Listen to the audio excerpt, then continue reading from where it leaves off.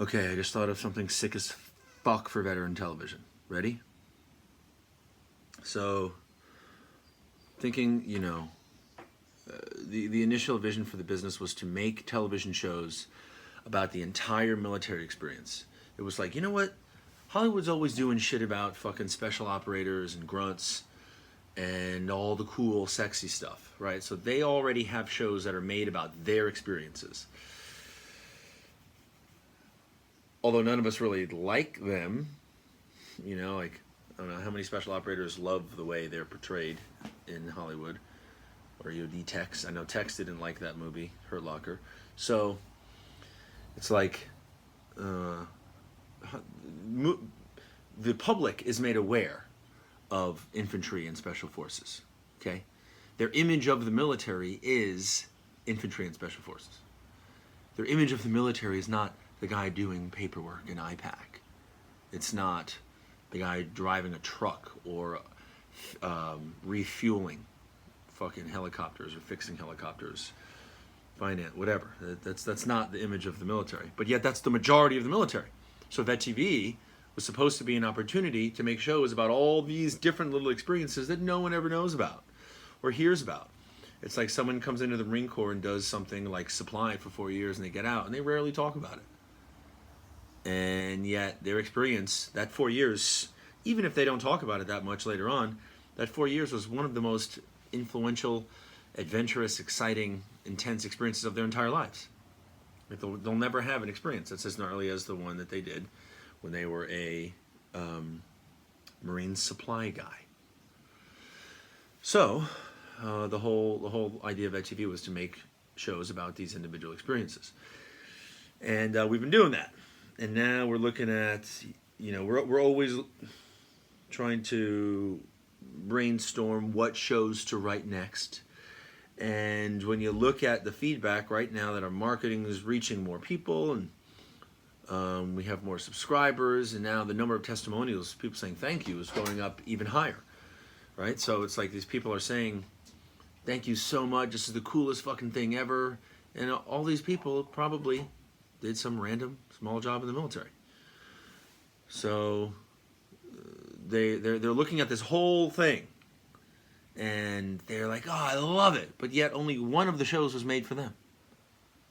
So how is it that they are appreciating everything even though only one show was made specifically for them? Say Army MPs. Well, I think that by creating a television show that somebody feels like that show was made for them, which means that when we write, we are writing to them. We're writing to entertain this very small, specific group of people.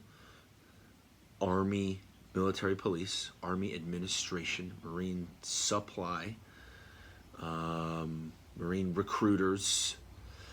I want to make a show that is for drill instructors. It's not just for people who've been to boot camp. It is for drill instructors. Right? And I think that might even be two different shows. So with that being said, I'm thinking about the level of gratitude and excitement that somebody feels when they feel like a show was made for them, when a show speaks to them. They're just like blown away with gratitude. Like, oh my God, they made a show for me. Like Corman. The Corman messages have been coming in hot.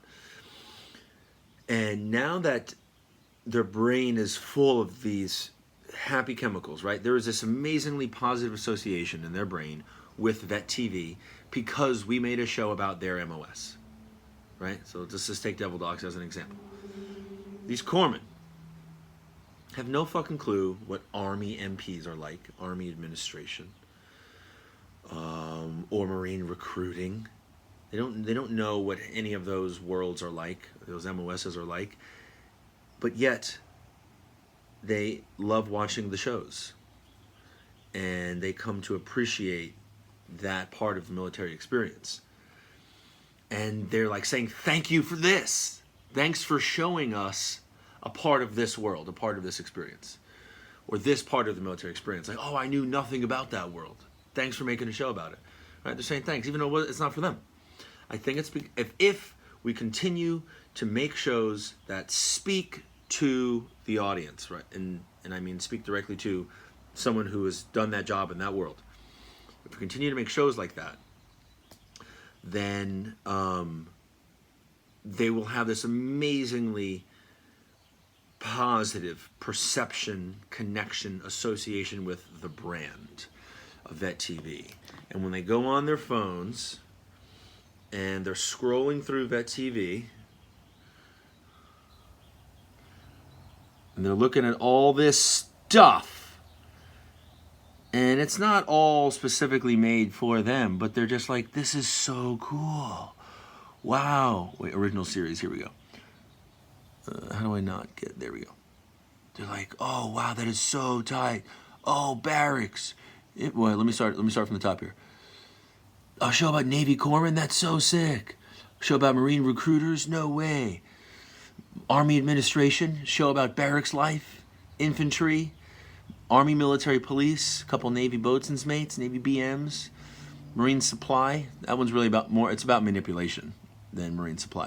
It just takes place in supply. Combat Sports Network, it's like fucking Sports Center, but for combat. Team Banff, more infantry.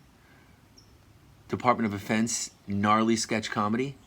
There we go. I got to get that angle right. Drunken debriefs, like drunk history, it's like drunk history, but for the military. Killed I Laugh, the Chappelle Show, and then this is a behind the scenes thing. Like those are all of our main shows. They're fucking blown away, even though they weren't all made for them. So I think the key to success is to continue making television shows that speak specifically hard to one sub-community within the military community. That's the fucking key to success.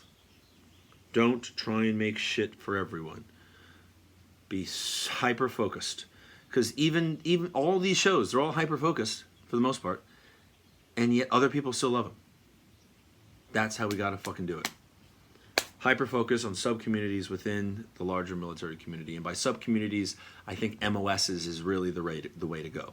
Because every MOS has a community, it has a culture, it has a language, it has a set of experiences, decals, mottos, ideals, you name it. Ceremonies, traditions, reunions, Facebook groups, pages. Every MOS, not every, but most MOSs have their own little world. And it's our job to learn that world and then recreate it authentically and hilariously so that you guys actually want to watch it. Because even if there's shitty things going on in that world, if we present it in a way that you can laugh at it, now we're creating a positive association with your military experience. And we need that. Everyone needs a positive association with their military experience. Otherwise, they're going to want to forget it. And that's not a good thing, because that then leads to isolation. So, positive connection to the military experience is ultimately how we can improve mental health and prevent suicide. Creating a positive connection. So now they're like, oh, wow, this is so crazy. I have tried not to think about the military for years, but this show has me laughing hysterically, and it's reminding me of all these good times that I had, which I forgot about. It's reminding me of all these great people that I served with, who I forgot about. And then I reach out and I text someone that I served with, and then we reconnect, and we got a friendship going, and I find out what's going on in his life. And then next week we connect with someone else, and then we meet up at a Silky's hike, or we have another reunion.